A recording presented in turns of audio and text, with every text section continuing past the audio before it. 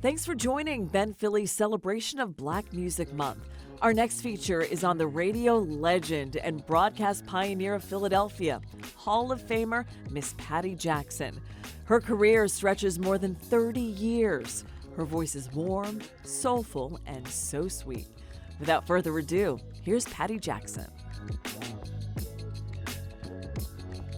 It's necessary because it's our music. And we must never let anyone either take it, take over it, and we truly must never forget our roots. When you think about an artist like Prince or Michael or Usher, well, their godfathers were James Brown, Little Richard. So it all comes down, and when you see the history of our music, it's important because people need to know where the artistry and the music and the fad and the inspiration, where it all comes from and how it all ties together. It has meant everything to my life. You know, growing up in South Philadelphia, my parents had music on all the time.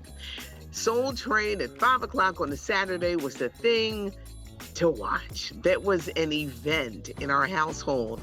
And it obviously led to me to having a career being a radio DJ in music. And I got into it because I always loved music. And right now, every Sunday night, I keep the tradition going on DAS by playing the best oldies. I took over the Butterball show after he passed. And can I tell you the joy it is in playing that music from those who paved the way?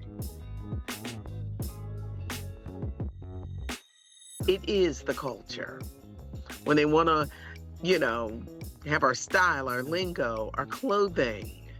Look how many artists have gotten their inspiration from Black music. It is everything to the culture. When you see commercials, where you see movies, you see the influence of Black music and you see the influence of hip hop.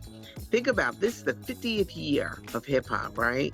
And for those who thought, oh, it's just a fad, my goodness, hip hop music is everywhere.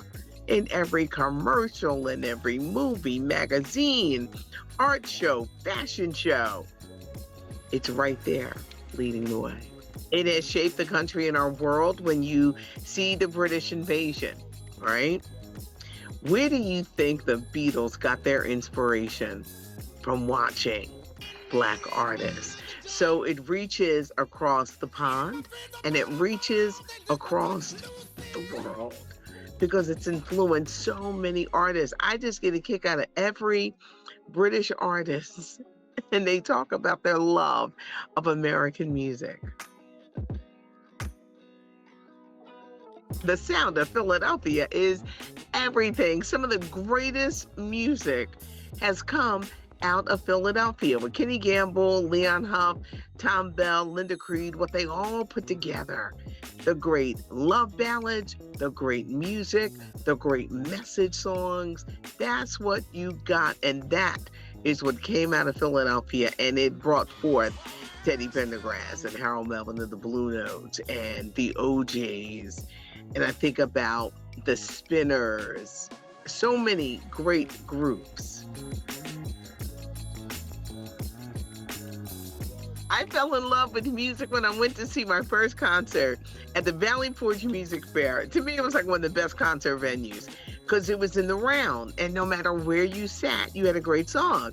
Well, on the stage that night, there was The Main Ingredient, there was Cuba Gooding Jr., Cuba Gooding Sr., sorry about that, Cuba Gooding Sr., The Main Ingredient, and the Spinners. It was the first show. I had to have been like 11 or 12.